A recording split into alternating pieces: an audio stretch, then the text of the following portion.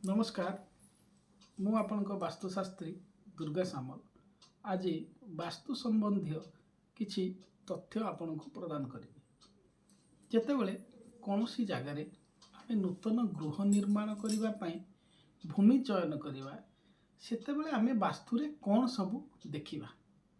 वास्तुशास्त्र आमर एक महत्वपूर्ण शास्त्र जहाँ पृथ्वीर माध्याकर्षण शक्ति, चुंबकीय शक्ति एवं सौर शक्ति यही तीन शक्ति को बालांस करी वास्तुशास्त्र निर्माण करा जायछि। जेतेबेले आमे कौन सी जगार एक नूतन गृह निर्माण करवा सेतेबेले आमे वास्तुर भूमि परीक्षा कराई नबा निहाती आवश्यक। भूमि किपरि परीक्षा करिवे? जेतेबेले आपण कौन सी जगार घर करबा पई चाहुछंती सेतेबेले प्रथमे जो एरिया रे जो क्षेत्र रे आपण घर करिवे तार मध्य भाग एवं 8 कोण उत्तर ईशान्य जो आमर 8 दिग रही से 8 दिगर माटी को ग्रहण करिवे एवं मध्य स्थान माटी को ग्रहण करिवे। से माटी को एका सहित मिश्रण करी देखिवे से माटीर रंग कौन किंबा आपण जो क्षेत्र रे गृह निर्माण करबा पई चाहुचंती सेई माटी सेई क्षेत्रर मध्यस्थल जहाँ माटीर जोटा ओरिजिनल माटी जदि किसी फिलिंग हेथिबो फिलिंग तळु आपण से माटी के ग्रहण करिवे। से माटीर रंग वर्ण स्वाद गंध यही एहाकू आधार करी माटी को 4 भाग रे विभक्त करा जायछि। से 4 भाग कौन ना प्रथम हैला ब्राह्मण माटी, द्वितीय हैला क्षेत्रीय माटी, तृतीयटी हैला वैश्य माटी एवं चतुर्थटी हेउछि शूद्र माटी। ए माटीर गुणधर्म अनुसार एहाकू विभक्तिकरण करा जायछि। तेणु करी आमे प्रथमे जानिबा ब्राह्मण माटीर गुणधर्म किपरि। साधारणतः ब्राह्मण माटी रंग श्वेत रंग।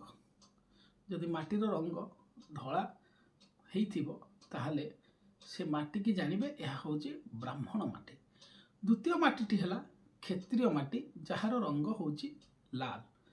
तृतीय माटी हैला वैश्य माटी जहार रंग हलदिया एवं चतुर्थ धरणर माटी जहा हैला शूद्र माटी जहार रंग कला।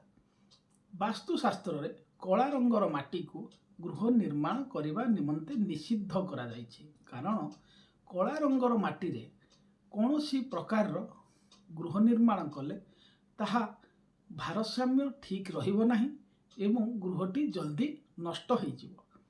एबे आमे जानिबा माटीर गंध गंध अनुसार माटीर विभक्तिकरण।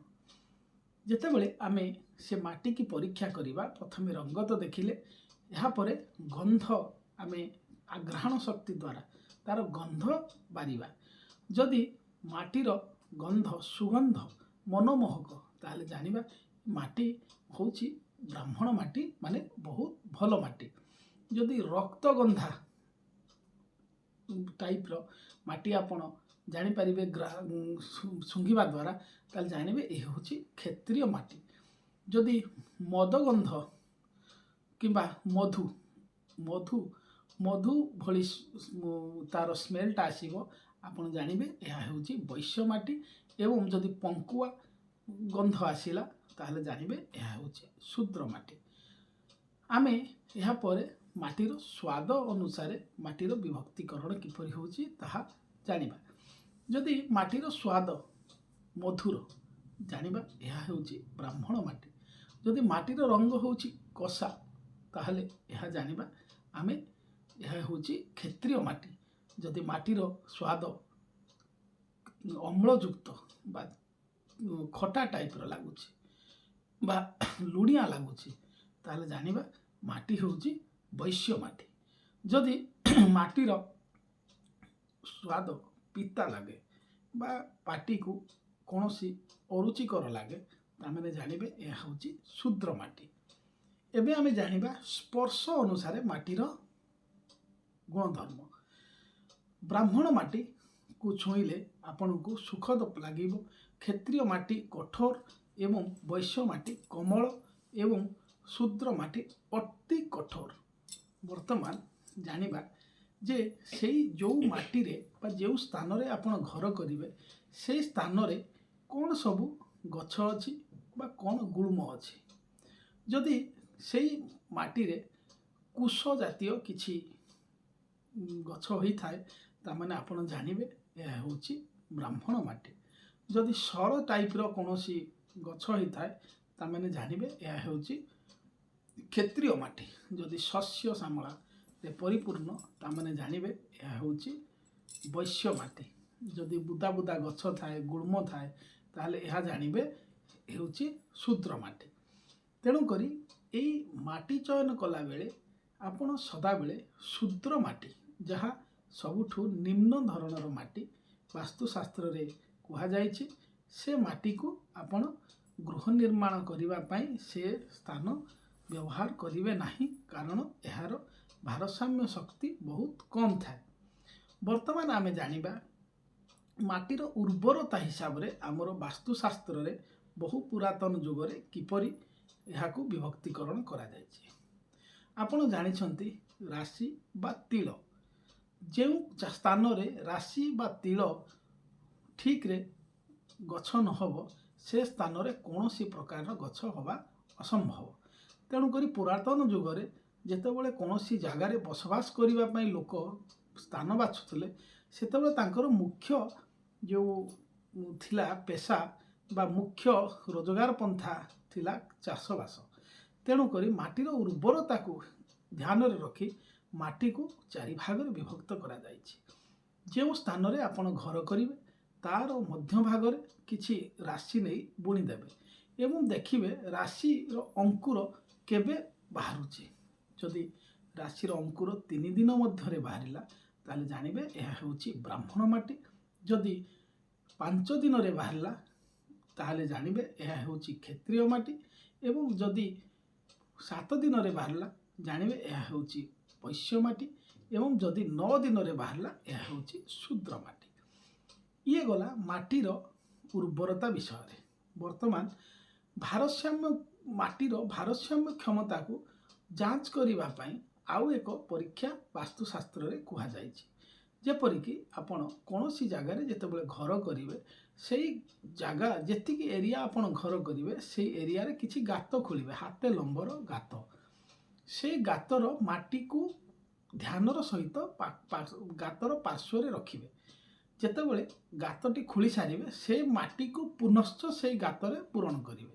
ଯଦି ମାଟି ଗାତରୁ ବଢ଼ିଯାଏ ପୂରଣ କଲାବେଳେ ତାହେଲେ ଜାଣିବେ ଇଏ ସର୍ବଶ୍ରେଷ୍ଠ ମାଟି। ଯଦି ମାଟି ସମାନ ରହିଯାଏ, ଗାତ ସହିତ ସମାନ ହେଇଯାଏ, ଜାଣିବେ ଇଏ ମଧ୍ୟମ ଧରଣର ମାଟି। ଆଉ ଯଦି ମାଟି ସର୍ଟେଜ ମାରେ ବା ତଳକୁ ରହିଯାଏ ଗାତର, ତାମାନେ ଜାଣିବେ ଏହା ହେଉଛି ନିମ୍ନ ଧରଣର ମାଟି। କାରଣ ଯେଉଁ ମାଟିର କମ୍ପାକ୍ଟିବିଲିଟି ଅଧିକା ଥାଏ ସେ ମାଟିକି ଯେତେବେଳେ ଆମେ ଖୋଳିଦେବା ତାପରେ ସେ ମାଟିଟା ଅଧିକା ଫୁଲିଯାଏ। ସେଇ ଫୁଲିଯିବା ଫଳରେ ଆମେ ଯେଉଁ ମାଟି ଅଧିକା ଫୁଲିବ, ଯାହା କଠୋର ମାଟି ସେଟା ଅଧିକା ଫୁଲିବ। ତେଣୁକରି ଯେଉଁ ମାଟି ବଳି ପଡ଼ିବ ସେ ମାଟିରେ ବିନା ଦ୍ୱନ୍ଦ୍ୱରେ ଘର କରିବା କୌଣସି ପ୍ରଶ୍ନବାଚୀ ହେବ ନାହିଁ। ତେଣୁକରି ଆମେ ଏ ପରୀକ୍ଷାରୁ ଜାଣିଲେ ଯେ ମାଟିର ଭାରସାମ୍ୟ ଶକ୍ତି, ଯେଉଁଟାକି ମାଧ୍ୟାକର୍ଷଣ ଶକ୍ତି ବାସ୍ତୁ ହିସାବରେ ଯାହା ପୁରାତନ ଶାସ୍ତ୍ରରେ କୁହାଯାଇଛି, ସେଇ ମାଟି ଅନୁସାରେ ଆପଣ କିପରି ଘର କରିବେ। ବର୍ତ୍ତମାନ ଆଉ ଏକ ପରୀକ୍ଷା ରହିଲା ମାଟିର ଜଳ ଧାରଣ ପରୀକ୍ଷା। କାରଣ ଯେଉଁ ସ୍ଥାନରେ ଆମେ ଘର କରିବା ସେଠି କୂପ ବା ନଳକୂପଟିଏ ଆମେ ଖୋଳାଯାଏ। ପୁରାତନ କାଳରେ ନଳକୂପ ନଥିଲା, ତେଣୁକରି ସେଠି ଲୋକ ଗୋଟେ କୂଅ ବା କୂପ ଖୋଳି ସେଥିରୁ ପାଣି ସଂଗ୍ରହ କରୁଥିଲେ ଏବଂ ବ୍ୟବହାର କରୁଥିଲେ। ସେଥିପାଇଁ ଆମେ ମାଟିର ଜଳ ଧାରଣ ଶକ୍ତିକୁ ପରୀକ୍ଷା କରିବା ପାଇଁ ବାସ୍ତୁଶାସ୍ତ୍ରରେ ଆଉ ଏକ ପରୀକ୍ଷା କୁହାଯାଇଛି।